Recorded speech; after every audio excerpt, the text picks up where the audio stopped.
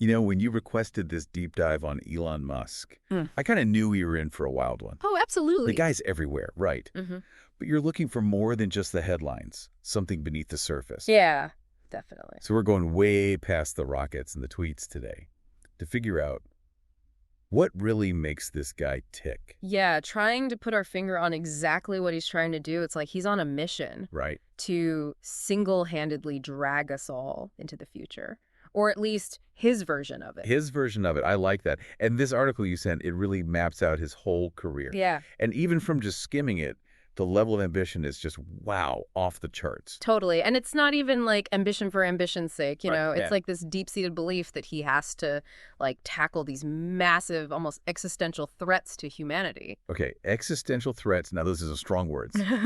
So where does this all begin? The article mentions him, get this, coding and selling video games when he was 12 years old. Yeah. Is that like a sign of things to come? Yeah, I think it's definitely a clue, right? I mean, most kids that age are just trying to like beat the game. Right. He's designing them, selling them. It speaks to this inherent drive to not just understand how things work, but to build and to innovate. And then, of course, profit from that innovation, which, you know, becomes a running theme. Makes sense. Yeah. So he sells his first company, Zip2. They were basically doing like online mapping before it was a Right. thing. Right. And then jumps right into online payments with X.com, which obviously becomes PayPal. So was this all just about like raising capital for the bigger picture, or was there something else going on there? Well, I mean, the financial gain was obviously, you know, crucial. For sure. But if you look at the problems he's choosing to solve, Zip2, he saw the internet boom coming. New businesses would need those digital tools. Then X.com, PayPal completely changed how we think about money, how we do transactions online. These weren't just businesses. They were essential infrastructure for this future that he seems to have this like clear vision of, and a future that's, you know, completely intertwined with technology. It's like he was laying the groundwork for something much, much bigger right from the beginning. Yeah, exactly. And that kind of brings us, I think, logically to SpaceX, which is arguably his most audacious venture yet. Yeah, talk about high stakes. I mean, the article mentions that it almost went bankrupt multiple times, like Okay. multiple times. Right. He poured his own personal fortune into SpaceX, risked everything on those early rocket launches. Why? Because SpaceX for Elon Musk is not just about building rockets. It's Right. about ensuring humanity's survival. Wow.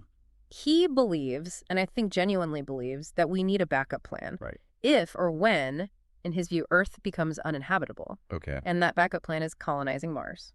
So he's not messing around. He's looking at the really, really long game here. Absolutely. But how does building reusable rockets, which, by the way, incredibly cool, Very cool. Yeah. but how does that address this existential threat? It's all about accessibility. Okay. So traditionally, space travel has been the domain of governments, massive corporations, because it's so expensive. Right.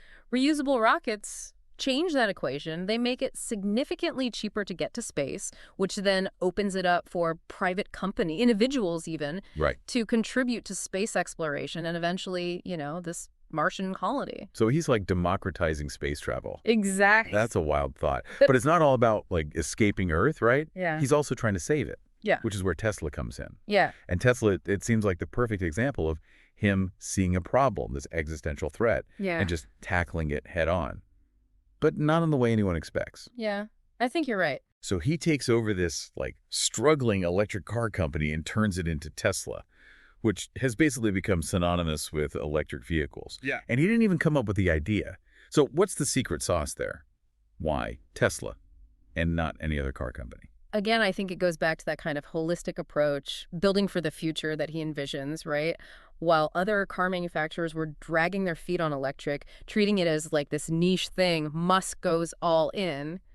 He saw the potential to combat climate change, which is another one of those existential threats. For sure. And it became Tesla's core mission from that point on. Right. And it's not even just about building the cars, but creating a whole ecosystem around sustainable energy. Exactly. The power wall, solar roof, the whole energy solutions part of Tesla, it all ties into this vision of a sustainable future he's actively building. So we've got space exploration, sustainable energy. What other existential threats is Elon Musk tackling these days? Well, he seems awfully concerned with traffic, like really concerned. Traffic. Okay, I'm not sure I follow. Is traffic the next big existential threat? And where does the Boring Company fit into all of this? Well, maybe not on the scale of, a dying planet, but it's a major obstacle to progress in his mind. He's obsessed with efficiency, and traffic is like the definition of inefficiency. Okay, yeah, that cracks. He's all about optimizing everything. Mm. But how does digging tunnels, which is what the Boring Company does, right? Essentially, yes. How does that solve the problem? It seems a bit literal. Just dig our way out of traffic. It's more about rethinking transportation completely. He thinks our current infrastructure is fundamentally flawed. We're stuck in 2 dimensions on these congested roads. But what if we could move in 3? So instead of flying cars, we're getting underground highways. Exactly. High-speed, underground transportation networks that could move people and cargo much faster than anything we have now. He's even talked about using these tunnels for Hyperloop. Ah, yes. Hyperloop. Vacuum-sealed tubes that can transport people at insane speeds. It sounds like something out of, well, the future. Right. And that's what makes Musk so fascinating. He takes these outlandish ideas and tries to make them a reality. Hyperloop, if it works, could revolutionize transportation. Imagine LA to San Francisco in under an hour. Okay, my mind is officially blown. But let's be honest, not everything he touches turns to gold. What about this whole Twitter takeover? Yeah, that was... The article barely scratches the surface on that one. Right. What was that all about? Just an ego trip, or was there something else going on there? It's tough to say what his true motivations were, Right. but it definitely ties into his views on free speech and the power of these online platforms. Yeah. He calls himself a free speech absolutist, right? And he saw Twitter as this digital town square that needed a shakeup. But it also brought a ton of controversy, right? Oh, yeah. People questioning his motives, accusing him of, ironically, stifling free speech in his own way. It's a bit of a paradox. For sure. And I think that gets to the core of the Elon Musk enigma. Critics argue his actions often contradict his stated intentions, that he's more interested in disrupting things just to disrupt them rather than actually solving problems. It's interesting because even with the controversy, you have to admire his ambition. Totally. And it's not just about the money with him. He's poured billions into these companies, taken huge risks, even faced, public ridicule and criticism. What is the driving force, do you think? I think it goes back to those existential threats. Climate change, the need for sustainable energy, making sure humans survive long term. These aren't just business opportunities, they're deeply personal convictions that fuel everything he does. So he's not just building companies, he's building a future he believes in. Exactly. And whether you agree with his methods or not, you can't deny that the guy has had a massive impact, pushing industries forward, challenging the status quo, making us all rethink what's possible. He's definitely not afraid to shake things up. Not at all. Okay, so we've got space travel, sustainable energy, completely rethinking transportation, tackling online discourse. Is there anything Elon Musk doesn't want to revolutionize? Well, there is one more venture we haven't touched on yet, and it might be his most ambitious. Neuralink. Oh, right, Neuralink. Yeah. Now we're getting to some serious science fiction territory. Yeah. Brain-computer interfaces, merging human consciousness with AI. It's like something straight out of the Matrix. Is he really trying to build that? He might not use those exact words, Right. but the underlying goal is to create this direct link between the human brain and computers. Okay. And believe it or not, it actually ties back to those existential threats. Okay, I am all ears. How does wiring our brains to computers save humanity? We'll dive into that right after we take a quick break. Don't go anywhere. We'll be right back. All right, so right before the break, we were talking about Elon Musk's more unusual ventures, You're right. specifically traffic. Yeah. Did I miss something? Is traffic like the next big existential threat? And how does the Boring Company actually fix this? Well, maybe not on the scale of, a dying planet. Right. But Musk sees traffic as this, huge drag on progress. Okay. And he's obsessed with efficiency, right? Right. Yeah. And to him, traffic is like the ultimate example of inefficiency. Okay, that tracks. It's all about optimizing everything. But how does the Boring Company, this tunnel-digging venture, Yeah.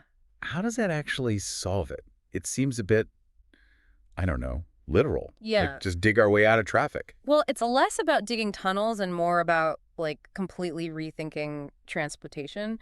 He believes our current infrastructure, it's Right. fundamentally flawed. Okay. We're stuck in 2 dimensions on these packed roads. Right. But what if we could move in 3? So instead of flying cars, we're getting underground highways. Basically, yeah. Right? High-speed underground transportation networks. No. You could move people and cargo so much faster and more efficiently than anything we have now. Wow. He's even talked about using these tunnels for Hyperloop. Ah, yes, Hyperloop. Those vacuum-sealed tubes that are supposed to be able to transport people at, like, insane speeds. Right. It sounds like something out of a movie. Totally. And I think that's what's so fascinating about Musk. He takes these ideas that seem so out there and actually tries to make them happen. Hyperloop, if it works, I mean, it would completely change how we think about travel. Right. Imagine LA to San Francisco in less than an hour. Okay, my mind is completely blown. But let's be honest, not everything he does is a home run. I mean, look at the whole Twitter takeover. Yeah, that was... It's barely a footnote in this article, but talk about shaking things up. Yeah, for sure. What was that all about? Was that just an ego thing, or was there something more strategic going on? It's really hard to say for sure what his true motives were. Yeah. But I think it definitely connects back to his feelings on free speech. Right. And, you know, the power of these online platforms, social media. Right. He is a self-proclaimed free speech absolutist. But he saw Twitter as this digital public square that just needed to be shaken up, I guess. Exactly. It did bring him a ton of controversy, though, right? Oh, yeah. People questioning his motives, accusing him of, kind of ironically, stifling free speech in his own way. Yeah, it's definitely a bit of a paradox. For sure. And I think it gets to the heart of what makes Elon Musk so complicated. Yeah. His critics say that his actions don't always match up with, you know, his stated goals. Right. That he's more into shaking things up for the sake of it more than actually trying to fix the problem. It's interesting because even with all the controversy, you can't deny the guy's incredibly ambitious. Yeah. And it's not just about, making money from him, right? He's poured billions of dollars into these companies, taken wild risks, even faced a ton of public criticism, ridicule, you name it. What is driving him? I think it goes back to those existential threats. Okay. Climate change, needing sustainable energy, making sure humans actually survive long term. Right. These aren't just, business opportunities for him. These are like deeply held beliefs that really motivate him. So he's not just building businesses, he's building a future that he believes in. Exactly. And whether or not you agree with how he's doing it, right, there's no denying he's had an impact, pushing industries forward, challenging the status quo. He makes us all rethink what's possible. He's definitely not afraid to stir the pot a little bit. Not one bit. So we've got space travel, sustainable energy, changing how we think about transportation, online discourse. I mean, is there anything that Elon Musk doesn't want to completely revolutionize? Well, there's one more venture of his we haven't gotten to yet, and it's probably his most ambitious yet. Okay, hit me. Neuralink. Oh, right, Neuralink. Yeah. Now we're getting into, serious science fiction territory, brain-computer interfaces, merging our consciousness with AI. Yeah. This is straight out of the Matrix. Is he really trying to make that a reality? I mean, he might not phrase it exactly like that, but the idea behind it is to have this direct connection between the human brain and computers. Right. And believe it or not, this actually goes back to those existential threats we were discussing. Okay, I am listening. How does plugging our brains into computers save the human race?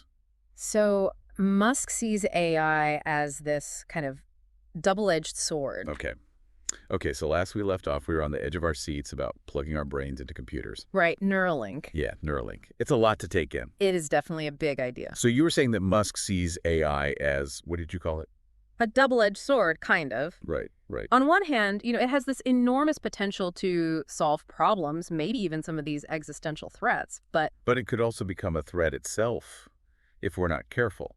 If AI actually becomes smarter than us. Exactly. And I mean, this isn't just some sci-fi movie plot. There are a lot of very smart people, experts in the field, who are genuinely concerned about what happens if AI development goes unchecked. Right. So it's like that classic machines taking over scenario. Yeah, basically. And Musk's thinking is that if we can create a direct link between the human brain and computers, we can kind of keep pace with AI, even steer it in a direction that's beneficial. So instead of trying to outrun the AI train that's coming, he wants to figure out how to ride it. In a way, yes. He's talking about augmenting our own cognitive abilities so humanity stays in the driver's seat, even as AI gets more and more powerful. So with Neuralink, he's not just building a company, he's making a bet on the future of human evolution. That's a pretty big swing. It's a huge bet, and it comes with, all these ethical questions, potential downsides, which even he admits. Right.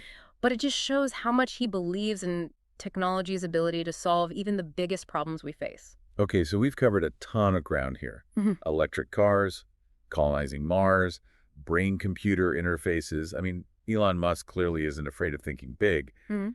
But what does it all mean? Like, for the average person trying to understand this guy, what's the takeaway? I think the biggest thing, whether you like him or not, is that he's forcing us to think about the future. Like, really confront it. Right. He's not waiting for someone else to fix climate change or traffic or whatever it is. He's diving in head first, taking risks, making people uncomfortable sometimes. But he's also pushing the boundaries of what we thought was possible. He is definitely not afraid to shake things up a little, or a lot. Not at all. Well, you've definitely given us a lot to think about today. And to our listener out there who requested this deep dive on Elon Musk, hopefully this gave you a new perspective on the guy. Yeah, he's a fascinating figure. Whether you see him as, a visionary genius or something else entirely, there's no denying he's a force to be reckoned with. And his story's still being written, so who knows what he'll dream up next. This has been The Deep Dive. Thanks for joining us.